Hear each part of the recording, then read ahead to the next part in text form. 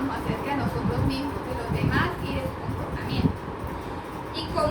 Y de las relaciones sociales. Y cómo damos sentido a toda esta información y emitimos una respuesta o un comportamiento en base a ello. ¿Para qué sirve la cognición social? Con esta somos capaces de interpretar las emociones de otras personas, ponernos en su lugar en determinada situación, pensar a qué se debe la tristeza o alegría de dicha persona, para saber qué puede estar pasando o cómo se relaciona si hacemos o decimos algo incorrecto. Un ejemplo de este es que cuando estamos de buen humor, el mundo es o parece un lugar feliz. Cuando nos encontramos bien, tendemos a percibir con mayor optimismo el presente, el pasado y el futuro.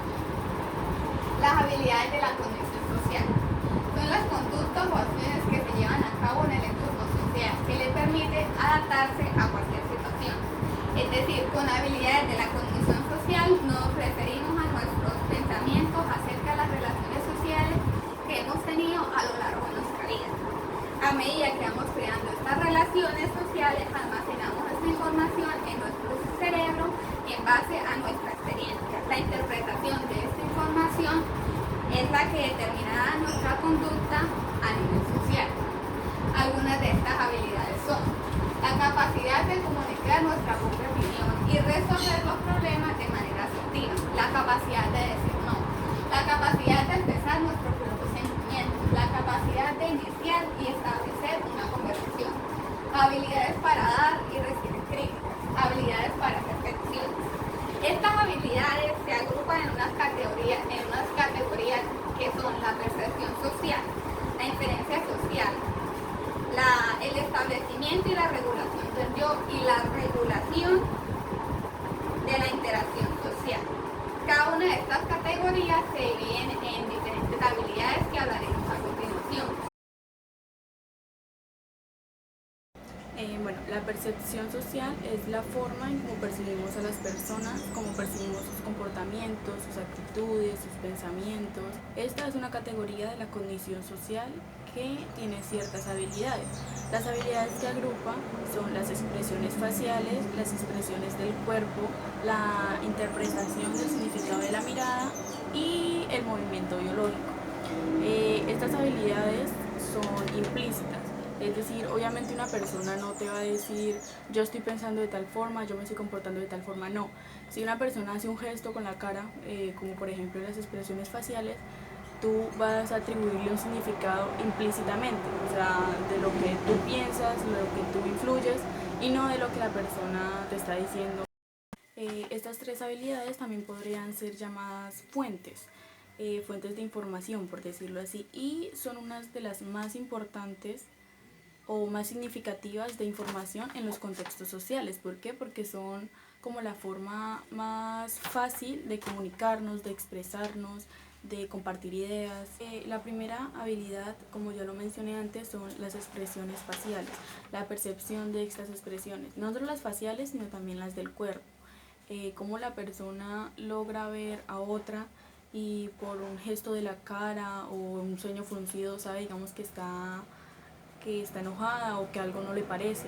Todas estas expresiones sirven para regular el comportamiento en la interacción social, o sea, no solo de uno ni de la otra persona, sino en toda la sociedad. En esta expresión facial también es de gran importancia mencionar la mirada.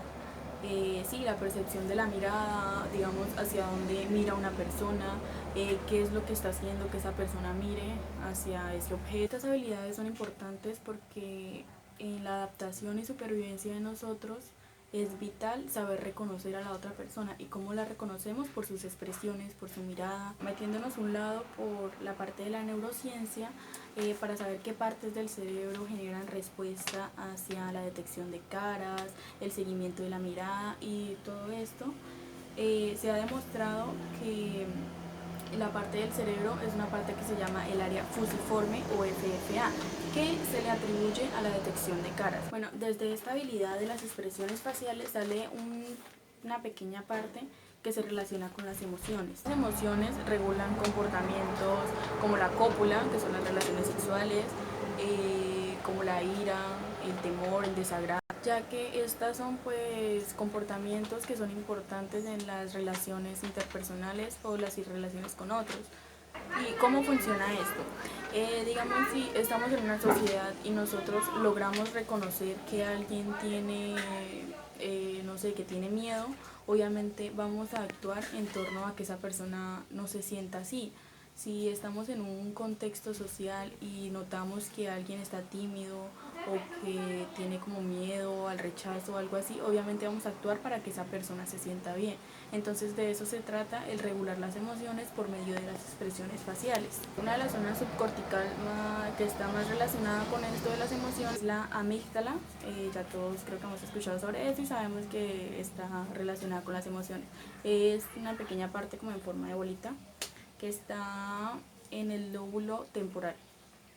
Otras áreas también relacionadas con las emociones pueden ser la corteza somatosensorial, la ínsula, la corteza cingulada anterior y el opérculo frontal izquierdo. La última habilidad de esta categoría es el movimiento biológico. Los seres humanos y los primates en general tenemos la habilidad de detectar cuando lo que se mueve es algo biológico, es decir, algo que tiene vida, algo que tiene intención y sabe por qué hace las cosas. Digamos, si vemos una piedra moverse, sabemos que obviamente no se mueve por propia intención, sino por factores externos. En cambio, cuando vemos a un animal que camina, sabemos que es con su propia intención y que se mueve por sí misma y no por el medio. Esta habilidad está relacionada con el surco temporal superior en su porción posterior, que es la que se, digamos, se obtiene una respuesta cuando se ve a alguien caminar, cuando se ve a alguien moverse. También se presenta cuando se interpreta la mirada de otros, el movimiento de la boca, el movimiento de las manos, de los ojos o acciones que indican que el sujeto está siendo observado. También hay que darle importancia al giro angular que está en el lóbulo parietal inferior, que eso también se relaciona con el movimiento biológico y con la mirada. Aquí en esta imagen se pueden observar las partes del cerebro que están relacionadas con la percepción social y sus diferentes habilidades. La inferencia social se compone de dos habilidades que van estrechamente relacionadas entre sí. Estas hacen referencia a la teoría del TOM y la teoría de la empatía. La teoría del TOM sería la teoría de la mente, que la vamos a ir abreviando a TOM. Estos procesos inferenciales implican la simulación de estados afectivos e interacciones ajenas. De este modo, el conocimiento de la mente ajena pasa a ser un conocimiento de primera mano, de primera persona, el cual genera los mismos síntomas neuromotores que permiten la generación de los estados mentales propios. O sea, en pocas palabras, imitamos el proceso mental anterior que hemos observado, que hemos percibido. El concepto de teoría de mente TOM se refiere a la habilidad para comprender y predecir conductas en otras personas, conocimientos, intenciones y sus creencias. También podemos hacer eso. Este concepto se refiere a una habilidad metacognitiva en la que se hace referencia a cómo un sistema cognitivo logra conocer los contenidos de otro sistema cognitivo diferente de aquel en el que se lleva a cabo dicho conocimiento. Esta teoría fue probada en chimpancés, de acuerdo a que ellos, por medio de diferentes tareas, se muestra que podían atribuir estados mentales de sus propios cuidadores o de otros que convivían con ellos, o sea, los mismos chimpancés. La TOM también se conoce como lectura de la mente, metapresentación, mentalización o representaciones secundarias. Es la capacidad de comprender los estados psicológicos o mentales de los demás, tales como creencias, deseos y o conocimientos. Porque también, de hecho, hay el sentido de por qué se le llama de teoría de lectura de la mente, es por eso, porque es para la TOM, para la teoría de la mente, para la TOM, ella afirma que es muy fácil percibir o llegar a precipitar algún comportamiento que puede llegar a tener otro sujeto y lo podemos reflejar antes de que eso pueda llegar a suceder. Por eso afirma creencias, conocimientos, comportamientos y deseos. En este sentido existen diferentes intentos para aprender este fenómeno. En general, la TOM comprende elementos perceptuales, efectivos e interferenciales, los cuales pueden variar en orden de complejidad, yendo desde el reconocimiento de emociones ajenas hasta la comprensión de historia, que implica en el segundo orden, y metáforas. Esta TOM también va a través de 3 tipos de procesos, que serían la percepción social y conceptuales relacionados. Esta trata de motivaciones y los informacionales. En el caso de la TOM motivacional está referida principalmente a la atribución de intenciones a las acciones de los demás, o sea, atribución a las intenciones de los demás. ¿Qué quiere decir? Lo mismo que acabo de explicar antes. La TOM, la teoría de la memoria, es el reflejo, como dice la palabra memoria. Todos los conocimientos que hemos aprendido o adquirido, que podemos ver delimitados en otro ser, estamos hechos para asimilarlos y hacerlos desde un concepto propio a través de lo que hemos visto en otros. Con un ejemplo de la TOM, aquí dice, como un ejemplo de la TOM infomercial tenemos la tarea falsa creencia del primer y segundo orden, las tareas de lectura de los ojos, la comprensión de metaduras de patas, el uso de ironía y las mentiras piadosas. Todas estas estrechamente involucradas con el desempeño de los contextos sociales. A pesar de que la TOM ya lleva 25 años existiendo, todavía hay mucha gente que la refuta por el desarrollo de su facultad. Una forma de interpretar el funcionamiento de la TOM es considerado como una consecuencia de habilidad para interpretar las acciones de otros a través de la simulación. ¿Qué es la simulación? La simulación es la misma palabra imitar, o sea, hacerlo nosotros mismos. Ya que al crear una simulación interna se puede dar un paso dentro del estado mental ajeno y comprender los pensamientos, emociones e intenciones detrás de su comportamiento. Este es el vivido y llamado ponte en sus zapatos. Es el famoso ponte en los zapatos de la otra persona, porque aquí la TOM afirma que a través de vividas sensaciones ajenas podemos tal vez llegar a tener la misma conclusión que pudo llegar a haber tenido esa persona de acuerdo a sus emociones, comportamientos o creencias que ya vengan arraigadas.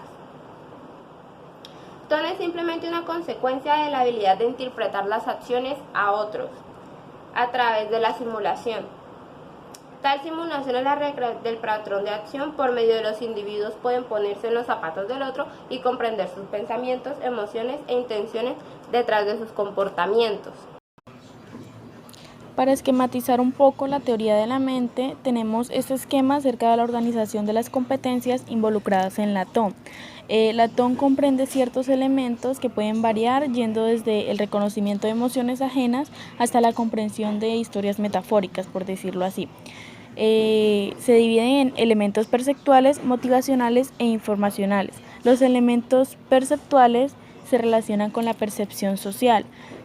Como ya lo explicamos, es todo lo que nos permite percibir a los demás, comprender sus acciones, sus pensamientos y todo en torno a cómo van a actuar. Los motivacionales se refieren a la atribución de intenciones a los demás. No solo es observar esas acciones, sino comprenderlas y atribuirles significado. Y por último, la informacional, que se remite a la atribución de conocimiento a otros, es decir, las creencias, por ejemplo, que nosotros tenemos y se las pasamos a otras personas. Es como la transmisión de información. Y esto se involucra con el desempeño en los contextos sociales. De esto viene otra cosa que sería la SNE, que sería el sistema de neuronas espejo, que son las mismas que se encargan de imitar las acciones que podemos estar percibiendo a través de simples percepciones o sonidos, o que indiquen que esa acción que nuestras neuronas espejo imitan puede hacer lo que vaya a suceder. Como por ejemplo el sonido que puede estar haciendo una persona al lavarse los dientes. Nosotros no lo estamos viendo, pero nuestras neuronas espejo saben que ese es el sonido que hace cuando te estás lavando los dientes, ¿sí? El sistema de neuronas espejo es el mismo sistema que procesa el conocimiento acerca de las acciones autoejecutadas. pensamientos autoconcebidos y emociones autoexperimentadas. Las neuronas espejo ya es sí lo que nosotros tenemos arraigado dentro de nosotros, algo que ya conocemos. De acuerdo con esta visión, los mecanismos que nos permiten comprender acciones, pensamientos y creencias comparten circuitos neuronales subyacentes con los mecanismos que nos permiten ejecutar tales acciones. El sistema SNE, o sea, el sistema de neuronas espejo, hace parte de un complejo de grupos neuronales encontrados en la corteza premotora y parietal de los simios. O sea, otra vez volvemos a de los chimpancés. Esto aplica por lo de la teoría de la mente y por la de neuronas espejo. Los chimpancés imitaban lo que hacían sus cuidadores o tenían similitudes a la hora de ciertos conocimientos que para ellos ya conocían y podían imitar cada vez que veían como un pequeño deje de que eso iba a suceder en cuidadores y en compañeros chimpancés con los que vivían. Las neuronas espejo codifican acciones ejecutadas por el agente y por otros como mecanismo rápido de aprendizaje de patrones motores a partir de observación de otros. Este grupo de neuronas también emiten descargas cuando el simio no ve la acción, pero se le brinda suficientes claves para crear la representación mental de aquella acción que está siendo ejecutada. Estas claves visuales pueden reemplazarse por claves auditivas y el animal continúa mostrando la actividad en el SNE. Si una persona no tiene el SNE o no puede simplemente comparar una acción en otro sujeto y similarla a una acción que ya tiene arraigada dentro de sí, hace la falta a la teoría de la memoria, la toma. Esto significa que de acuerdo a estas comparaciones, la inferencia social es básicamente eso, el entorno en el que uno va creciendo y se va formando pues como ser humano, como persona, y lo que vamos imitando de acuerdo al entorno en el que vivimos, tal cual como los chimpancés que iban imitando los procesos mentales que tenían sus cuidadores o las mismas personas del entorno en el que vivían. Yo, por ejemplo, yo lo asemejo a la crianza de nuestros padres o al entorno en el que nos vamos educando, que es donde tenemos nuestro primer contacto con el mundo, que podrían ser los colegios, iglesias, lugares a los que comúnmente recurrimos cuando somos pequeños, que serían lugares donde comúnmente se van inculcando comportamientos adecuados, creencias, deseos y imitaciones de lo que puede suceder en estos sitios. Ahora aquí se muestran las partes del cerebro que se relacionan con las habilidades de la teoría de la mente y la empatía, que hacen parte de la inferencia social. Dentro de la cognición social se encuentra otra categoría que sería el establecimiento y la regulación del yo. ¿Esto qué es? Esta categoría agrupa habilidades o procesos que nos permiten a nosotros mismos reconocernos como personas, nos permiten diferenciarnos del resto y regular nuestro comportamiento. Estas habilidades serían la agencia, el autorreconocimiento, autocontrol y autorreflexión. La agencia hace referencia a reconocernos a nosotros mismos como dueños de nuestro propio comportamiento. Es decir, nosotros debemos reconocer que lo que nosotros hacemos es por nosotros mismos y no porque otra persona nos influye, sino porque va dentro de nosotros. Y nosotros debemos hacernos cargo de nuestras propias acciones. Está el autorreconocimiento, que es el conocimiento de sí mismo en general. O sea, tú debes saber que tú eres tú y no eres otra persona. Un experimento que se hizo dado a este autorreconocimiento fue desarrollado por Gallup en 1970. El experimento consistía en en llamar a un sujeto y pintarle una pequeña mancha en la nariz y ponerlo frente a un espejo. Si el sujeto era capaz de reconocerse a sí mismo, lo que iba a hacer, porque pues obviamente sabe cómo es él, es quitarse la mancha de su nariz. Pero si no se reconoce a sí mismo, un autorreflejo es quitar la mancha del espejo y no de sí mismo. La autorreflexión y el autoconocimiento es la capacidad que tenemos nosotros de reflexionar de forma racional sobre nuestras acciones en el momento presente, en el pasado. Última sería el autocontrol, que es la capacidad de regularnos y manipularnos a nosotros mismos para controlar nuestro comportamiento, pero no solo regularlo en torno a nosotros, sino en torno al medio social. En esta imagen se muestra la relación que tienen las diferentes áreas del cerebro con las habilidades ya mencionadas del establecimiento y la regulación del yo.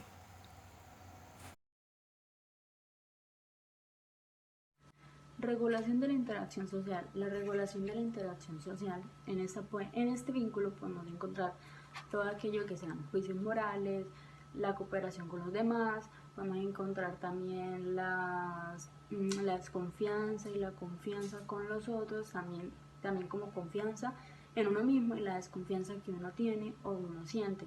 También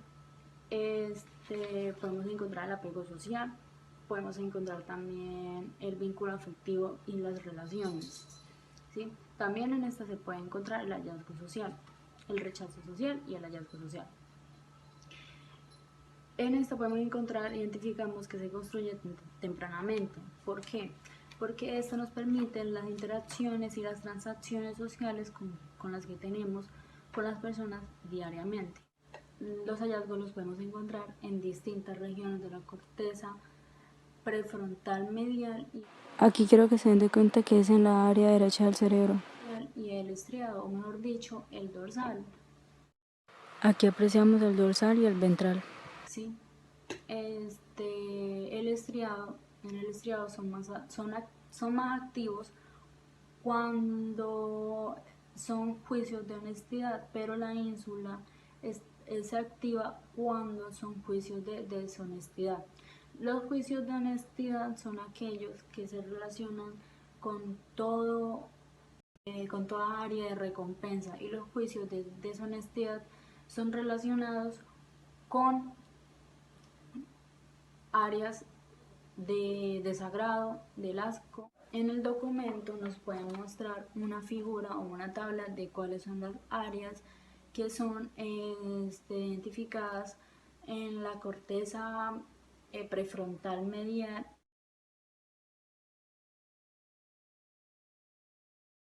Bueno, el primero es la percepción social.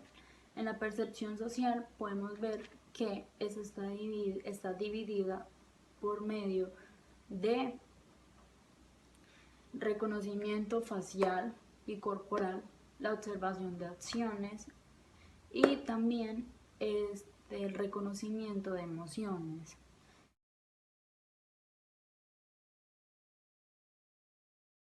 Compañeros, yo aquí les hago un zoom para que se den cuenta en qué área es identificada.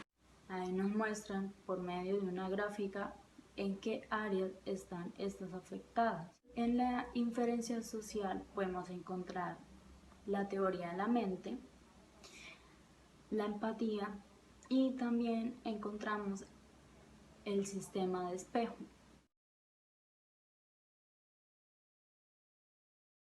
Compañeros, igualmente acá les hago otro zoom para que se den cuenta en qué áreas es que se identifica. También ahí nos muestra una gráfica en la área prefrontal y en el dorsal. El proceso del yo está dividido por autorreconocimiento, autorreflexión, autocontrol, automonitoreo y también en agencias.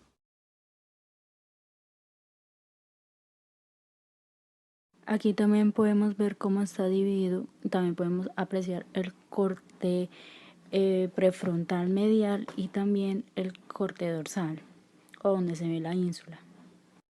En la interacción social podemos encontrar la honestidad, verdad y ayuda, como también lo podemos encontrar la deshonestidad y el rechazo social.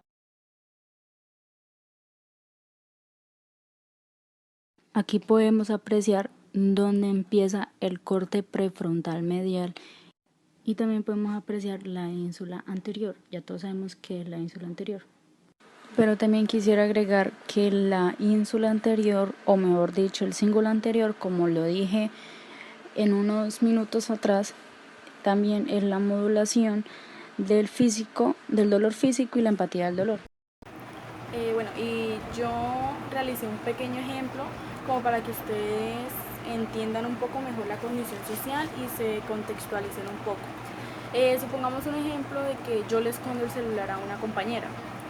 Lo primero que va a pasar aquí es cuando mi compañera se dé cuenta de que no tiene su celular, de que no lo encuentra, que lo perdió. Yo voy a estarla, como yo la escondí, obviamente voy a estar pendiente de qué es lo que ella hace, cuáles son sus movimientos, etc. Lo primero que voy a hacer es percibir, que ahí entra la percepción social. Yo voy a percibir cuáles son sus expresiones, sus movimientos, su mirada. Lo primero creo que es como entre risa y preocupación. ¿Por qué? Porque uno siempre piensa como que no, me lo escondieron. Y entonces uno como que percibe esas expresiones de la persona. Ya luego la persona empieza como a preocuparse un poco más y sus expresiones cambian y es como su ceño se va a fruncir, va a notarse obviamente que está preocupada, que está enojada, que está estresada por su celular. El siguiente paso sería la inferencia social. En la inferencia social, ¿qué pasa? Aquí atribuimos un estado mental hacia esa persona. En una parte dice que la inferencia social son simular estados mentales como los propios. Es decir, si me hubieran escondido el celular a mí, ¿de qué forma estaría pensando yo? Entonces, esos pensamientos que yo creo que pensaría yo serían los que yo le atribuyo a mi compañera. Es como una simulación de mis propios sentimientos con los de ella. En el establecimiento y la regulación del yo, que sería como el siguiente paso, sería ya no centrarme en ella, sino en mi propio comportamiento. Digamos que mi compañera está ya a punto de llorar, está ya a punto del colapso mental. Obviamente me voy como a autorreflexionar sobre, ya pasó bastante tiempo, como que deberíamos entregarlo ya como para que no esté así. Y pues esa parte sería la del establecimiento.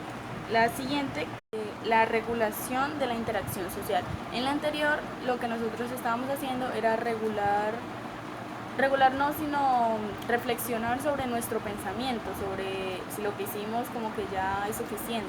Pero ahora, en la regulación de la interacción social, lo que se va a hacer es regular nuestro comportamiento en sí, o sea, en la sociedad y ya en lo que ven los demás, no solo en lo que yo pienso de sí, yo pienso que está mal, no solo pensar, sino actuar. Entonces ese es el momento donde yo le entrego su celular o le digo, hey, yo lo tengo, ya, relájate. Y ya eso sería todo. Hasta la próxima.